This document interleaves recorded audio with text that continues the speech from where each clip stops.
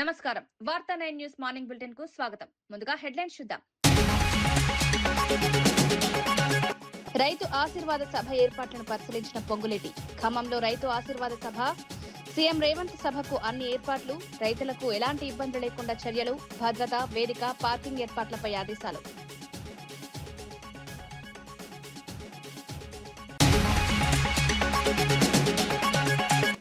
రాష్ట్రంలో అరాచక పాలన సాగుతోందన్న బొత్స. ప్రజాస్వామ్యం దెబ్బతింటుందని విమర్శ. ప్రతిపక్షాల పర్యటనలను అడ్డుకోవడం సరికాదని వ్యాఖ్య. ప్రజల గొంతు నొక్కే ప్రయత్నాలు మానుకోవాలని డిమాండ్.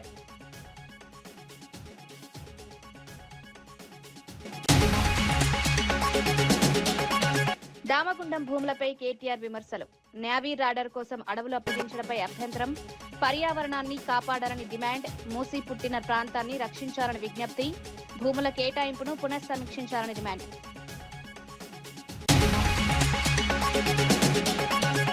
అమరావతి నిర్మాణాన్ని ఎవరూ అడ్డుకోలేరన్న పుల్లారావు. రైతుల త్యాగాలను ప్రభుత్వం గౌరవిస్తోందన్న వ్యాఖ్య. రాజధానిపై తప్పుడు ప్రచారం మానుకోవాలని సూచన. రాష్ట్ర భవిష్యత్తుకు అమరావతి కీలకం.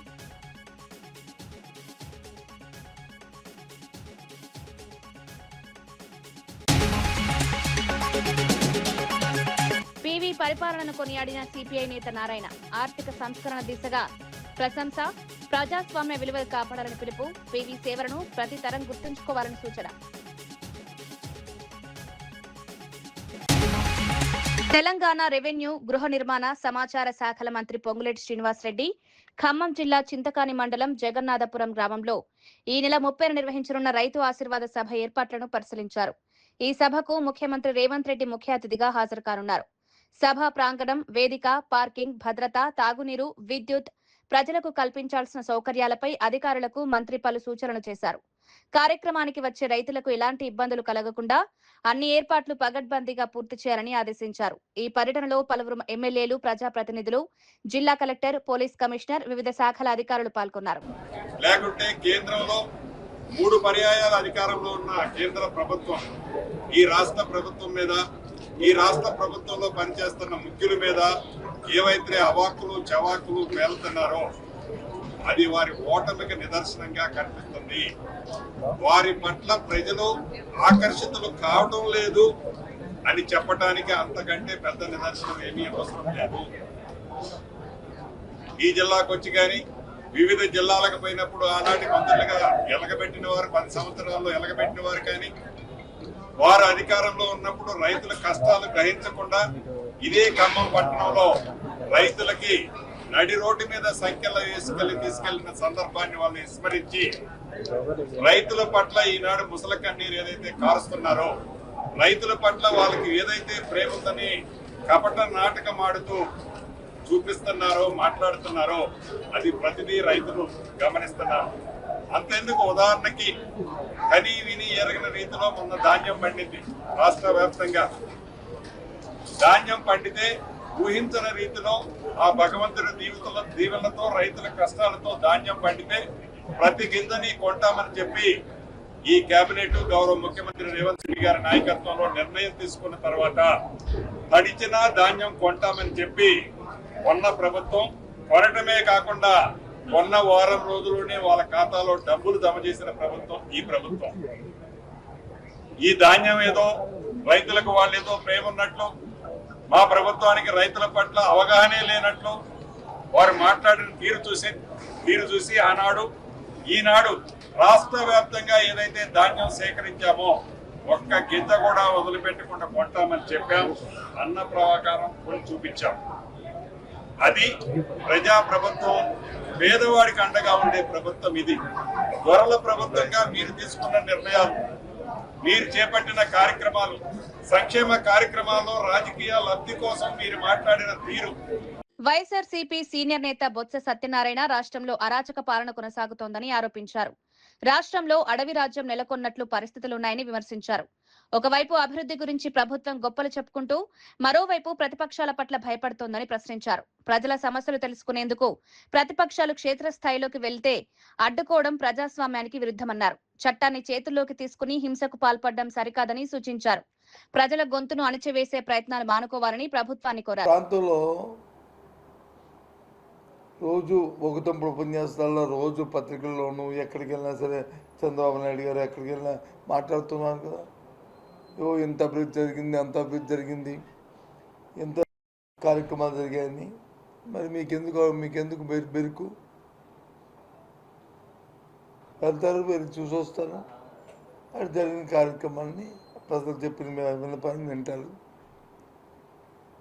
తిరిగి వాటి మీద కామెంట్, దాని మీద రాజకీయమైన కామెంట్లు ఏమైనా చేస్తే మీరు చేయండి. అంతేగాని చట్టాన్ని చేతితో తీసుకుని ఈ విధమైన కార్యక్రమం చేయడం ఇది తగునా? ఇదేనా ప్రభుత్వం తాలూకు విధానం? ఇదేనా పరిపాలన తాలూకా విధానం? శాంతి పరిరక్షించే బాధ్యత రాష్ట్ర ప్రభుత్వానికి లేదా? వైఎస్ఆర్సీపీ నేత కేతిరెడ్డి పెద్దిరెడ్డి, తాడిపత్రి నాయకుడు జేసీ ప్రభాకర్ రెడ్డిపై తీవ్ర విమర్శలు చేశారు. వైఎస్ఆర్సీపీ నేతలు విశ్వేశ్వర్ రెడ్డి, అనంత వెంకట్రామిరెడ్డిపై వ్యక్తిగత విమర్శలు చేయడం సరికాదన్నారు. కాంగ్రెస్ నాయకుల మద్దతుతోనే జేసీ కుటుంబం రాజకీయంగా, ఆర్థికంగా ఎదిగిందని గుర్తు చేశారు. ప్రస్తుతం ఆయన ప్రవర్తనతో టీడీపీ నాయకులే దూరంగా ఉంటున్నారని వ్యాఖ్యానించారు. అందరినీ విమర్శించడం రాజకీయాలకు మంచిది కాదన్నారు. ప్రజా సమస్యలపై చర్చించాల్సింది పోయి వ్యక్తిగత దూషణలకు దిగడం ప్రజలు గమనిస్తున్నారని పేర్కొన్నారు. జిల్లాలో ఒక చర్చగా మారింది వైఎస్ఆర్ పార్టీలో కూడా. ఇది చాలా దుర్మార్గమైన చర్య. అతను తాడిపత్రికే పరిమితమై మాట్లాడుతున్నాడు, చేస్తాడు అనుకుంటే ఈరోజు అతనికి ఉండే అలవాట్లన్నీ కూడా జిల్లా వ్యాప్తంగా ఒక మెసేజ్ ఇస్తాడు. మీరు నా మాదిరే కాన్ఫరెన్స్లలో రెచ్చగొట్టండి, అక్కడ ఉండేటువంటి నాయకులను కూడా మీరు తిట్టండి అని సలహా ఇవ్వడం జరుగుతుంది. నిన్న ఇంకోటి కూడా చెప్పడం జరిగింది. ఇక్కడ కాన్ఫరెన్స్లలో లీడర్లే లేరు, నేను లోకేష్ బాబుని అడిగి కార్యకర్తల మీటింగ్ పెట్టి నేను మీతో మాట్లాడతాను, అందులో భాగంగా 3 సంవత్సరాల తర్వాత వైఎస్ఆర్సీపీ నాయకులు మనల్ని కొడతారు, కొట్టకముందే ఈ 3 సంవత్సరాల్లో మనం దాడులు చేయాలా అని చెప్పడం జరుగుతుంది. స్టాపులు బంద్ చేయడము, 80 వెహికళ్ళు 50 వెహికళ్ళు వేసుకొని గ్రామాల మీద పోయి వాళ్ళ ఇళ్ళ దగ్గరగా బెదిరడము, దానికి మద్దతుగా అక్కడ ఉండేటువంటి అధికారులు కూడా మద్దతు పలకడము, వాళ్ళ మీద కేసులు కూడా కట్టే పరిస్థితి కూడా లేదు. మిమ్మల్ని నాయకునిగా ఎత్తుకొని మీకు మీ కుటుంబానికి ఈరోజు రాజకీయ భవిష్యత్తు ఉందంటే ఆ రోజు కాంగ్రెస్లో ఉన్నటువంటి రఘువీరారెడ్డి, అనంత వెంకటరామరెడ్డి ఇలాంటి వారు అందరూ కలిసి మీతో నడవబట్టే మీరు మంచోళ్ళు చెడ్డోళ్ళు ఇంకోటి దుర్మార్గులు అని చూడకోకుండా వాళ్ళు మీకు మద్దతు తెలిపినారు. అవన్నీ తెలిపిండుకొనే అన్ని విధాలుగా ఆర్థికంగా కావచ్చు, రాజకీయంగా కావచ్చు, మీరు ఇంత ఎత్తుగా ఎదిగినాక మీరు కాంగ్రెస్ పార్టీ ఈ రాష్ట్రంలో లేనప్పుడు అనంత వెంకటరామరెడ్డి మా పార్టీ వైఎస్ఆర్సీపీ పార్టీలోకి ఇచ్చి ఆయన ఇక్కడ జిల్లా అధ్యక్షునిగా ఉన్న కాలంలో మీరు తెలుగుదేశంలోకి వెళ్ళిపోయినారు.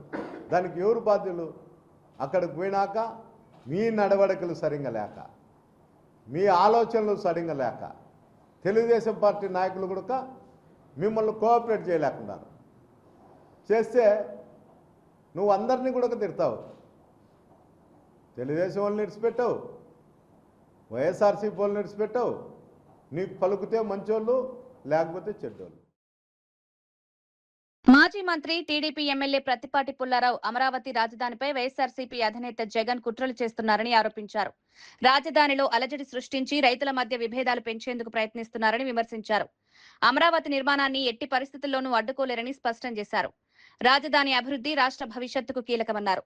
రైతులు చేసిన త్యాగాలను ప్రభుత్వం గౌరవిస్తోందని పేర్కొన్నారు. ప్రజలను తప్పుదారి పట్టించే ప్రయత్నాలు ఫలించవని, అమరావతి నిర్మాణం వేగంగా కొనసాగుతోందని తెలిపారు. అభివృద్ధి కార్యక్రమాలను రాజకీయాలకు అతీతంగా చూడాలని పుల్లారావు సూచించారు. ఆఫీస్ మీద పోయి ఎవరైతే దాడి చేశారో కొంతమంది వాళ్ళను కూడా పంపించి డిస్టర్బ్ చేయాలనేటువంటి కుట్ర కుతంత్రం స్పష్టంగా కనపడతా ఉంది. కాబట్టి ఇటువంటి జగన్మోహన్ రెడ్డి ఆ పార్టీ ఈ రాష్ట్రంలో ప్రజలు చీకొట్టేటువంటి పరిస్థితిలో ఉన్నారు.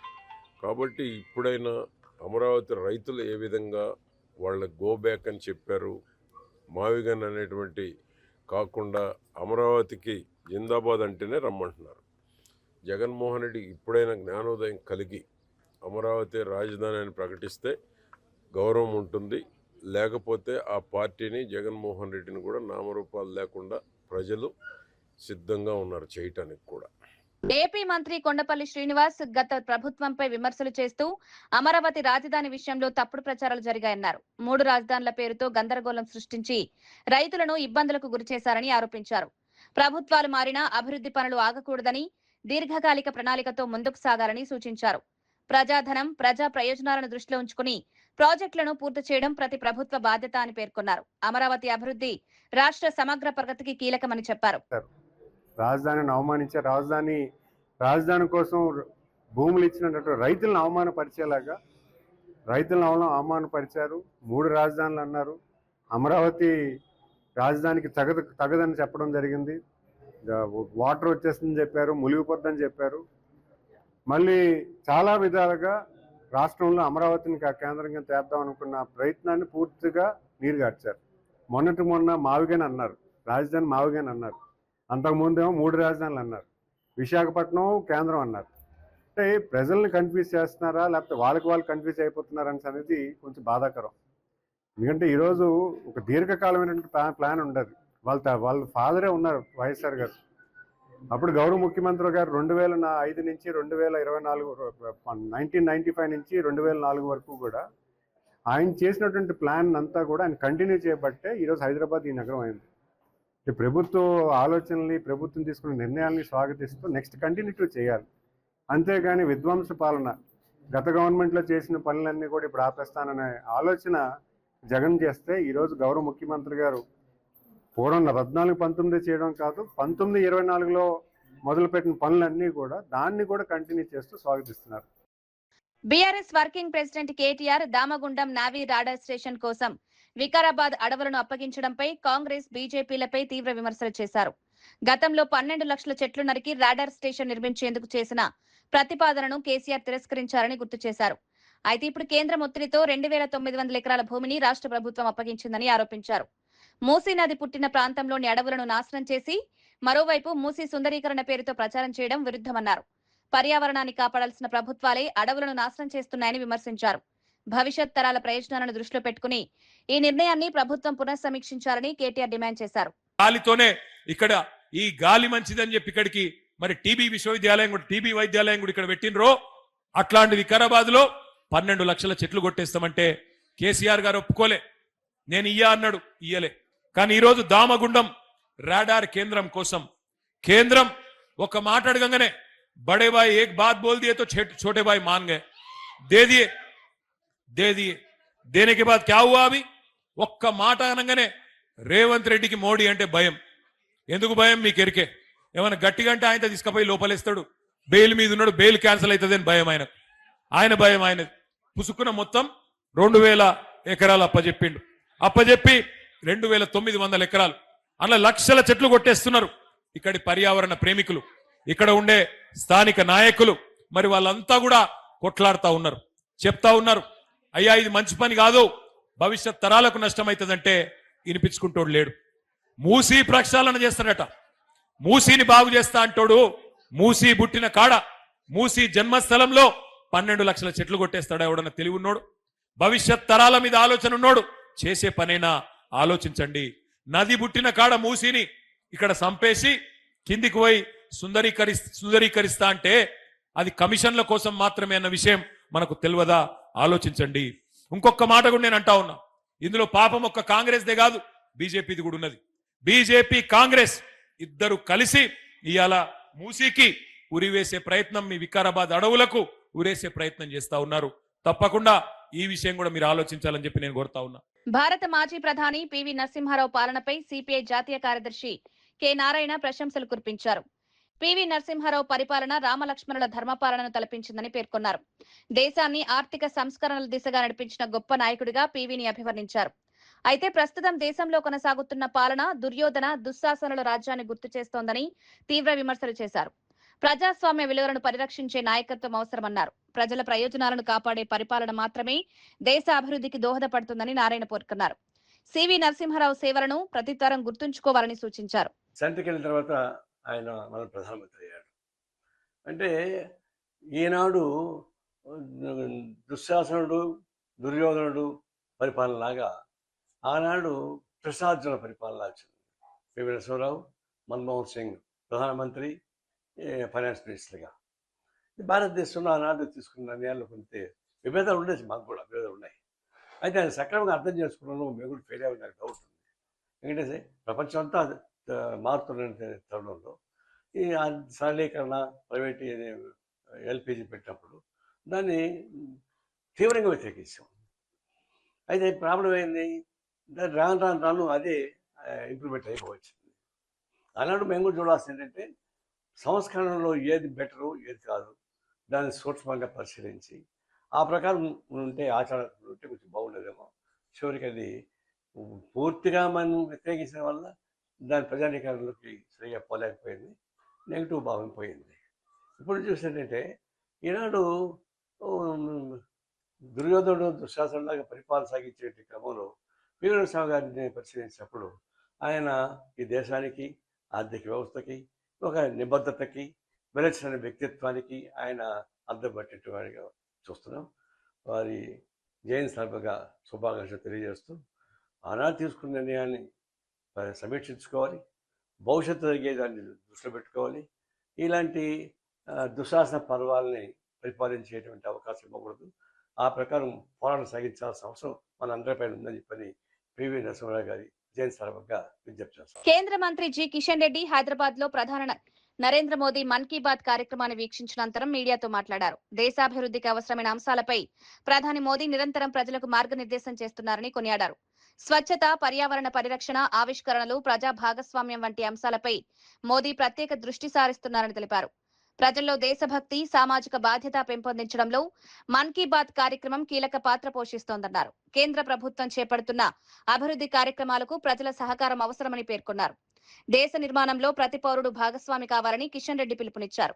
स्पोर्ट्स के दृष्टिकोण से जो लोगों को अपील किया है मन की बात के द्वारा, देश में वर्तमान में जो भी अलग अलग जगह जो स्पेशल इनिशिएटिव लोग लेते हैं उनको प्रोत्साहन करते हुए, उनको एंकरेजमेंट करते हुए नरेंद्र मोदी जी लगातार इस मन की बात कार्यक्रम के द्वारा लोगों को जागरूक करने का, लोगों को बताने का, लोगों को समझाने का, लोगों को साथ लेकर जाने का, देश को एक मजबूत विकसित भारत के ओर भारत को ले जाने के लिए आदरणीय प्रधानमंत्री नरेंद्र मोदी जी हर पहल पर, हर कदम पर, हर कार्यक्रम के द्वारा प्रयास करते हैं। मैं देश के जनता के द्वारा आदरणीय प्रधानमंत्री जी को हृदय से धन्यवाद देना चाहता हूं, जो मन की बात के द्वारा देश के अलग अलग कोने में, गांवों में जो सुनने का, जो सीखने का जो इम्पोर्टेंट इश्यूज है, इश्यूज में लगातार जागरूक करने के लिए प्रयास करते हैं। मैं बहुत बहुत धन्यवाद देता हूं। ప్రధాని నరేంద్ర మోదీ మన్ కీ బాత్ కార్యక్రమం ద్వారా దేశ ప్రజలను ఉద్దేశించి ప్రసంగించారు. దేశ అభివృద్ధిలో ప్రజా భాగస్వామ్యం అత్యంత కీలకమని పేర్కొన్నారు. సామాజిక సేవ, పర్యావరణ పరిరక్షణ, యువత ఆవిష్కరణలు, మహిళా సాధికారత వంటి అంశాలపై తన సందేశాన్ని పంచుకున్నారు. వివిధ రాష్ట్రాల్లో ప్రజలు చేపడుతున్న స్ఫూర్తిదాయక కార్యక్రమాలను ప్రశంసిస్తూ దేశవ్యాప్తంగా మంచి కార్యక్రమాలను విస్తరించాలని పిలుపునిచ్చారు. ప్రతి పౌరుడు దేశ అభివృద్ధిలో భాగస్వామి కావాలని సూచించారు. ప్రజల కృషితోనే వికసిత భారత్ లక్ష్యం సాధ్యమవుతుందని ప్రధాని తెలిపారు. That Seychelles occupied a special place in India's vision for the Indian Ocean. Today, as I return here after a decade, that conviction is stronger than ever. And I'm delighted to join you as you celebrate 50 years of your independence. Congratulations to you and the people of Seychelles on this special occasion. honorable members, to address the National Assembly is a rare privilege. Thank you for this special honor. I take this opportunity to congratulate the newly elected members of this 8th National Assembly. I also extend my felicitation to you, Madam Speaker, on becoming the first women speaker of this August House.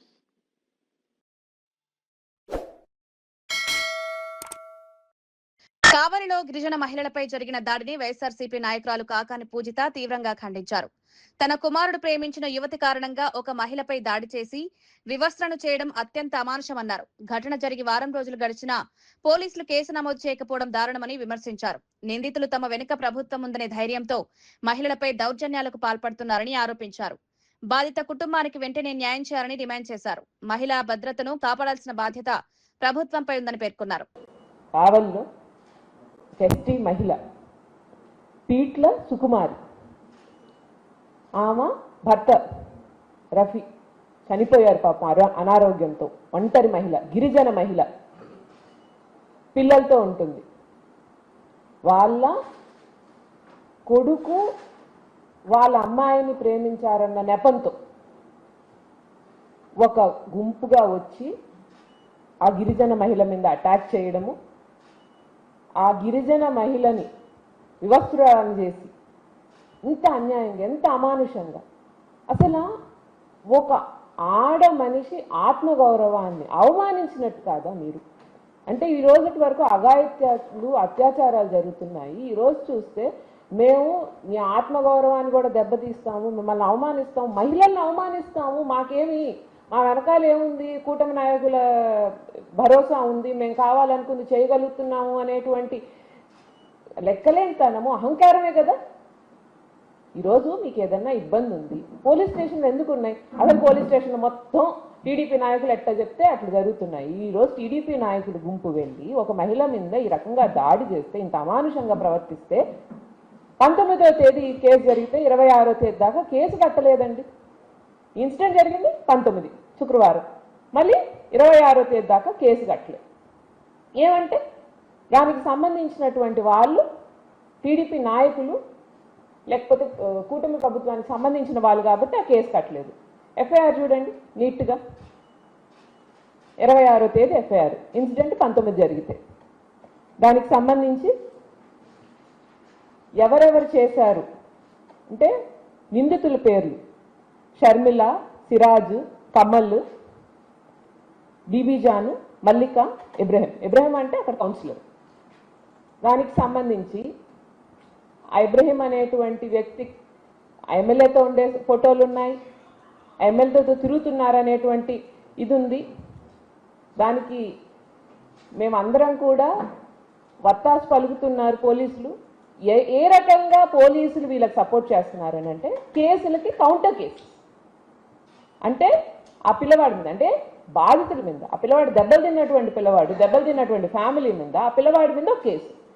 ఏంటి ఇట్లా మా పాప స్నానం చేస్తుంటే చూసారని చెప్పి ఒక counter case. అంటే ఒకవేళ ఈ కేసు రిజిస్టర్ అయినా, ఒకవేళ వీళ్ళు బయటికి వచ్చి ధైర్యంగా పోరాడినా, మేము వాళ్ళని ఏదో రకంగా భయపెట్టారు. ఓపెన్ బ్లాక్మెయిలే కదా. మీరు మా మీద కేసు పెట్టి ఈ కేసు ప్రొసీడ్ చేస్తే ఈ కేసు ఇన్వెస్టిగేషన్తో పాటు ఈ తప్పుడు కేసు ఇన్వెస్టిగేషన్ చేస్తాము, మీకే శిక్ష పడేలా చేస్తాము అంటే తప్పు చేసి అంత అమానుషంగా ప్రవర్తించి ఆ మహిళల మీద అంత అఘాయిత్యానికి పాల్పడ్డ వాళ్ళని వెనకేసుకొస్తారా? పోలీస్ వ్యవస్థ పనిచేస్తుందా? పోలీసులు కనీసం ఆలోచన అయినా చేస్తున్నారా? దీనివల్ల నార్మల్ ప్రజలకి మనం ఏం సందేశం ఇస్తామనేది ఒక్కసారి ఆలోచన చేస్తున్నారా? ప్రజలకి ఏం భావన ఉంటుందండి? అరే మనం వాళ్ళు ఏం చేసినా చెల్లుబాటు అవుతుంది, పోలీస్ స్టేషన్కి వెళ్ళడం వేస్ట్, పోలీసుల దగ్గరికి వెళ్ళడం వేస్ట్. పోలీసులు అనేటువంటి వాళ్ళు ఈరోజు టీడీపీ నాయకులకి మాత్రమే పనిచేస్తున్నారు. ఎక్కడా కూడా ప్రజలకి పోలీసులు పనిచేసేటువంటి పరిస్థితి లేదు. పోలీస్ వ్యవస్థ పూర్తిగా నిర్వీర్యం అయిపోయింది. పోలీసులు అనేటువంటి వాళ్ళు తప్పుడు కేసులు పెడుతున్నారు అనేటువంటి ప్రజల్లోకి వెళ్తుందా లేదా? ఎన్ని ఇన్సిడెంట్స్, ఒకటా రెండా? దానికి సంబంధించి దుత్తలూరులో భీమవరం గ్రామంలో ఇంకొక ఇన్సిడెంట్. ఈ మహిళ కేసుని మీరు ఎందుకు రిజిస్టర్ చేసుకోవడానికి వెనక్కి తగ్గుతున్నారు అంటే, ఇప్పుడు ఒక కౌంటర్ కేసు రెడీ చేయాలి, ఈ కేసుతో పాటు ఆ కేసు రిజిస్టర్ చేయాలి, ఈ కేసును నీరుగార్చి చేయాలి, తర్వాత అదే కదా జరుగుతుంది. ఇప్పుడు ఈరోజు కావాలి. కరీంనగర్ జిల్లా గంగాధరలో యూరియా కొరతపై బీఆర్ఎస్ నాయకులు ఆందోళన చేపట్టారు. మాజీ ఎమ్మెల్యే సుంకె రవిశంకర్ నేతృత్వంలో కరీంనగర్ జగిత్యాల జాతీయ రహదారిపై ధర్నా నిర్వహించారు. యాప్ ఆధారిత పంపిణీ విధానంతో రైతులకు యూరియా అందడం లేదని ఆరోపించారు. రైతులు తీవ్ర ఇబ్బందులు పడుతున్నారని పేర్కొన్నారు. ప్రభుత్వం వెంటనే యూరియా సరఫరాను మెరుగుపరచాలని డిమాండ్ చేశారు. ఆందోళనతో జాతీయ రహదారిపై ట్రాఫిక్ కు అంతరాయం ఏర్పడింది. అనంతరం పోలీసులు బీఆర్ఎస్ నాయకులను అదుపులోకి తీసుకుని పరిస్థితిని అదుపులోకి తీసుకొచ్చారు. తెలంగాణ రాష్ట్ర వ్యాప్తంగా రైతులకు యూరియా దొరకక యాప్లో లేదు, మరి షాపులో కూడా యూరియా దొరుకుతలేదనేటువంటి రైతుల ఆందోళన గుర్తించి బీఆర్ఎస్ పార్టీ పక్షాన రైతులకు యూరియా వెంటనే తక్షణమే అందించాలి. అవగాహన లేనటువంటి ఈ రేవంత్ రెడ్డి సర్కార్, కాంగ్రెస్ ప్రభుత్వం ముఖ్యంగా తెలంగాణలో కరీంనగర్ జిల్లా రామగుండంలోనే యూరియా తయారైతుంది. అటువంటి యూరియాని ఒక 2 లక్షల మెట్రిక్ టన్నులను మే మాసంలో బఫర్ స్టాక్ పెట్టుకొని రైతులకు అందించాల్సినటువంటి ప్రభుత్వము ఇవాళ రైతాంగానికి అందించకుండా బ్లాక్ దందా అంటే ప్రైవేట్ దళారుల చేతిలోకి యూరియాని పంపించడంతో పాటుగా యూరియా తీసుకోవాలంటే, యూరియా కొనుగోలు చేయాలంటే ఒక యాప్ తీసుకొచ్చింది కాంగ్రెస్ ప్రభుత్వం. మాజీ ప్రధాని పివి నరసింహారావు 105వ జయంతి సందర్భంగా విశాఖపట్నంలో వివిధ రాజకీయ పార్టీల నాయకులు ఘనంగా నివాళులర్పించారు. ఎంపీ శ్రీభరత్, టీడీపీ రాష్ట్ర అధ్యక్షుడు పల్లా శ్రీనివాసరావు, వైఎస్ఆర్సీపీ శాసన మండలి ప్రతిపక్ష నేత బొత్స సత్యనారాయణ, మాజీ రాజ్యసభ సభ్యుడు జీవీఎల్ నరసింహారావు తదితరులు పివి విగ్రహానికి పూలమాలలు వేసి నివాళులర్పించారు. పివి నరసింహారావు బహుభాషా కోవిదుడుగానే కాకుండా భారత ఆర్థిక సంస్కరణలకు ఆర్థిగా చిరస్థాయిగా నిలిచారని కొనియాడారు. దేశ అభివృద్ధికి ఆయన చేసిన సేవలు చిరస్మరణీయమని పలువురు నాయకులు పేర్కొన్నారు.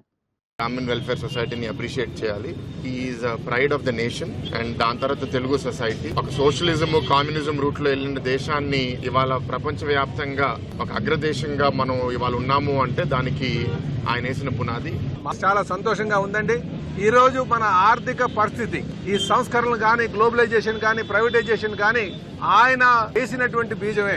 పివి నరసింహారావు గారు కూడా తెలుగు జాతి యొక్క ఔన్నత్యాన్ని, గొప్పదనాన్ని మన దేశానికి, ప్రపంచానికి చాటినటువంటి వ్యక్తి. పివి నరసింహారావు గారి వారు ఈ దేశానికి చేసిన సేవల్ని ఒకసారి మననం చేసుకుంటూ ఆ స్ఫూర్తితో ఈ దేశం మళ్ళీ ముందుకు వెళ్లాలని ఆకాంక్షిస్తూ భాష కోవిదుడు మాజీ ప్రధాని శ్రీ పివి నరసింహారావు గారి 105వ జయంతి కార్యక్రమాల్ని విశాఖపట్నం నగరంలో నరసింహారావు గారికి విగ్రహానికి పుష్పాంజలి అర్పించి మరి వారిని స్మరించుకోవటం జరిగింది. ప్రపంచంలో భారతదేశ ప్రతిష్టని ఇనుమడింపజేసేలా వారు చేసినటువంటి త్యాగాలని, వారు చేసిన కాంట్రిబ్యూషన్స్ ని గుర్తు చేసుకుంటే అది ప్రస్తుత తరానికి, భావి తరాలకు కూడా స్ఫూర్తినిచ్చేటువంటి విషయం. మరిన్ని వార్తలతో మళ్ళీ కలుద్దాం. నమస్కారం.